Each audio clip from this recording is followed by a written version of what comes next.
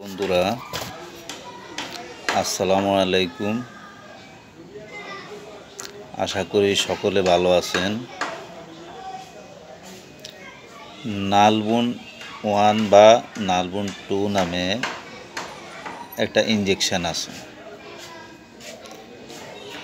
আমরা যারা ফার্মাসিউটিক্যালস লাইনে আছি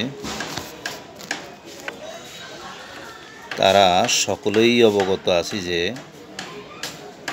নালবুন NALBUN নালবুন 1 বা নালবুন 2 নামে একটা ইনজেকশন আছে, যার প্রিপারেশন হচ্ছে নালবুফাইন NALBUPHINE নালবুফাইন। এটা আমরা শুধু জানি যে এটা ব্যথার কাজ করে। এটার পাশাপাশি আপনাদেরকে আজকে নতুন নতুন কিছু তথ্য দিব। ব্যথা ছাড়াও যে সকল রোগের এই ইনজেকশনটা কাজ করে বা নালবুফাইন প্রিপারেশনটা ব্যথা ছাড়াও যেসব কাজে ব্যবহৃত হয় সে সকল দিকগুলো তুলে ধরব। যেমন এটা ব্যথা বেদনার পাশাপাশি জ্বরেও দেওয়া যায়, আবার মাথা ব্যথা এবং স্নায়ু ব্যথার ক্ষেত্রেও দেওয়া যায়। অনেকে শুনে আশ্চর্য হবেন যে এটা দাঁতের ব্যথায়ও দেওয়া যায়, মাসিক ব্যথা এবং মাইগ্রেন ব্যথায়ও দেওয়া যায়, এমনকি গলা ব্যথায়ও দেওয়া যায়। শুধু তাই নয়, পেশি ব্যথা এবং আর্থ্রাইটিসও নির্দেশিত। তাহলে আমরা অন্তত 12 থেকে 14টা ব্যথার কথা বললাম, কিন্তু আমরা আসলে মূলত ম্যাক্সিমাম লোকেই জানতাম বা যারা প্র্যাকটিস করি বা যারা ফার্মাসিউটিক্যালস ইন্ডাস্ট্রি লাইনে কাজ করি বা সায়েন্স টার্মের লোক, আসলে নালবুফাইন প্রিপারেশনটা যে এতগুলো রোগের কাজ করে আমরা আসলে আমাদের মাথায় নাই।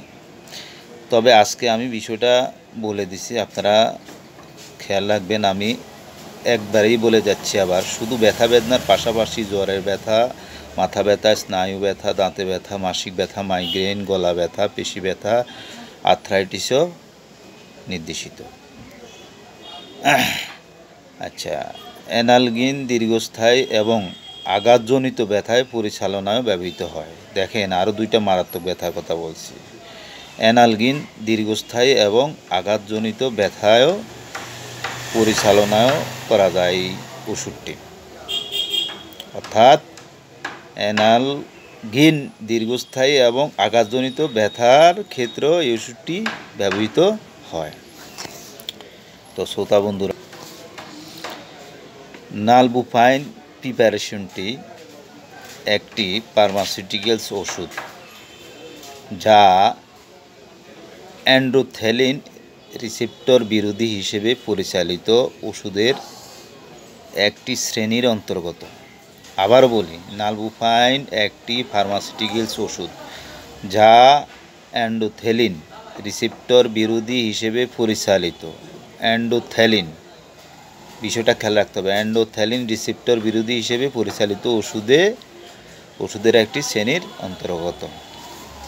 তো শ্রোতা বন্ধু, আমাদেরকে মনে রাখতে হবে সব ঔষধের কিছু না কিছু পার্শ্ব প্রতিক্রিয়া থাকে। যেমন এই ওষুধটির পার্শ্ব প্রতিক্রিয়া হচ্ছে বমি বমি ভাব বা বমি হয়ে যেতে পারে, বা পেটে ব্যথা বা ডায়রিয়া, মাথা ঘোরা, চামড়া ফুসকুড়ি বা চটকা ইত্যাদি হতে পারে। তো পার্শ্ব প্রতিক্রিয়ার দিকে লক্ষ্য রেখে ওষুধটি সেবন করবেন এবং ডাক্তারের পরামর্শ নিয়ে ওষুধগুলো সেবন করবেন। আমি চেষ্টা করি আপনাদেরকে সায়েন্স টার্ম বা আপনাদেরকে রোগ নির্দেশিত বা মানবদেহের যেসব রোগ এবং মেডিসিন, তার সমাধান, এইসব বিষয়ে তুলে ধরতে আপনাদেরকে সহায়তা করতে আমি আন্তরিকভাবে সবসময় চেষ্টা করি। তবে আরও বেশি চেষ্টা করব যদি আপনাদের আগ্রহ পাই। আগ্রহটা পাবো লাইক, শেয়ার, কমেন্টসের মাধ্যমে। যত বেশি বেশি শেয়ার করবেন অন্যরাও উপকৃত হবে। আশা করি বিষয়টা লক্ষ্য রাখবেন। ভালো থাকেন। আসসালামু আলাইকুম।